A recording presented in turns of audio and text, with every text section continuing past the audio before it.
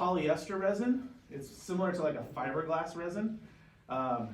It stinks really bad. It'll smell up your whole shop for 6 months, so you don't ever want to use it. That's the one with the hardener. Amy can attest. It's the worst. I hate it. I used to work in our garage, and the whole house would stink like resin, so I'd have to do it outside.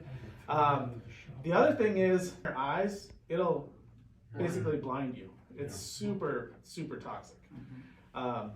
So I don't even mess with that anymore. The downside is it did polish really nicely, but it was really brittle and chippy. If you ever turn something, it's just like chipping all over. That's that stuff.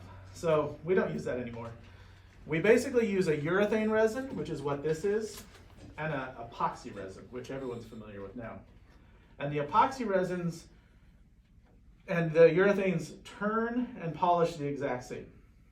So once you've made something and they're hard and ready to go, you can't tell the difference. The only difference is in the actual making of the item. So epoxy resins, you have a much longer open time, which is why people use them for furniture and tables, because you want all that air to rise out of there. And if you have a short open time, if you use this one, this starts to thicken in 12 minutes. Your air is starting to rise and it just gets stuck. So it'd be full of bubbles. So you have to use a pressure pot with this just for that reason. That's what it's made for. The epoxy, you could do exactly what I did there because you have all this time for the air bubbles to rise out. Now the difference would be you have to wait till the end of that open time, meaning how long it takes to start to thicken, to pour your color. Because if you pour it right away, it essentially will just turn to mud because it just sits there and moves and stirs itself.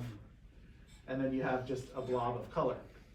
So to do what I did here with the epoxy, which there's a bag there with, it says liquid diamonds, that's epoxy resin. You would have to wait about 30-35 minutes to even pour your color. So a lot of times I'll mix up a big cup of epoxy and go do something else.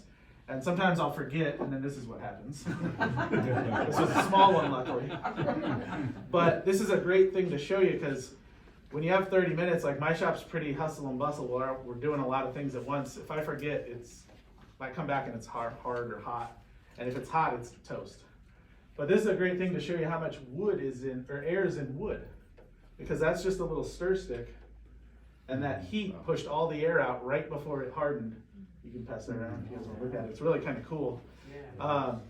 But that's why we use a pressure pot, because if you had any kind of wood in your cast, it would just, all that air wants to come out. Any questions on the types of resins or anything?